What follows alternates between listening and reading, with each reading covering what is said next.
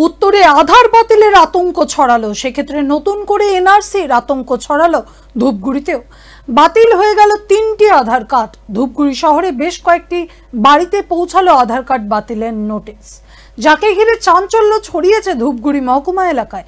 যদিও কি কারণে বাতিল হয়েছে আধার কার্ড তা এখনো স্পষ্ট নয়। উল্লেখ্য, দেশে এই মুহূর্তে প্রত্যেক নাগরিককে সবথেকে গুরুত্বপূর্ণ পরিচয়পত্র হলো আধার কার্ড। আচমকাই আধার কার্ড বাতিল সংক্রান্ত চিঠি আসতেই চরম দুশ্চিন্তায় পড়েছেন বহু মানুষ। ধূপগুড়ি শহরে এলাকার বেশ কয়েকটি বাড়িতে পোস্ট অফিসের তরফ থেকে নোটিশ গিয়েছে।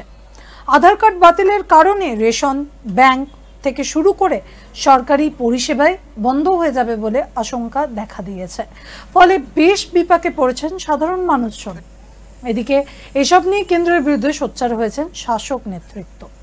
টেকনিক্যাল সমস্যার কারণ হয়েছে, সেক্ষেত্রে কেন্দ্র বিষয়টি দেখছে বলে মত বিজেপি নেতৃত্বের। এটা তো বিজেপির একটা ভোটের আগে সবসময় হাওয়া তোলে। বিজেপি কবে উল্টা করবে নিজেরাও ঠিক জানে না।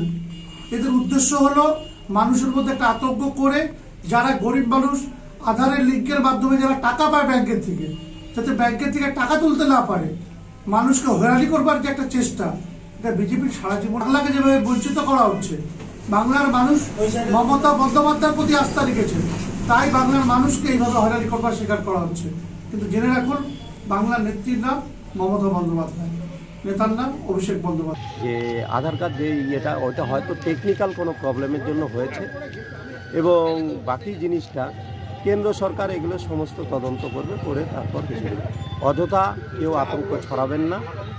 যারা আপনার ভারতবর্ষের নাগরিক আছেন তাদের কোনো রকম কোনো প্রবলেম নেই, কিন্তু ভুয়ো কিছু ভোটার আছে, তাদের জন্য হয়তো কেন্দ্রীয়ভাবে তাদের ব্যবস্থা নেবে। তাছাড়া এমনি সাধারণ লোকের কোনো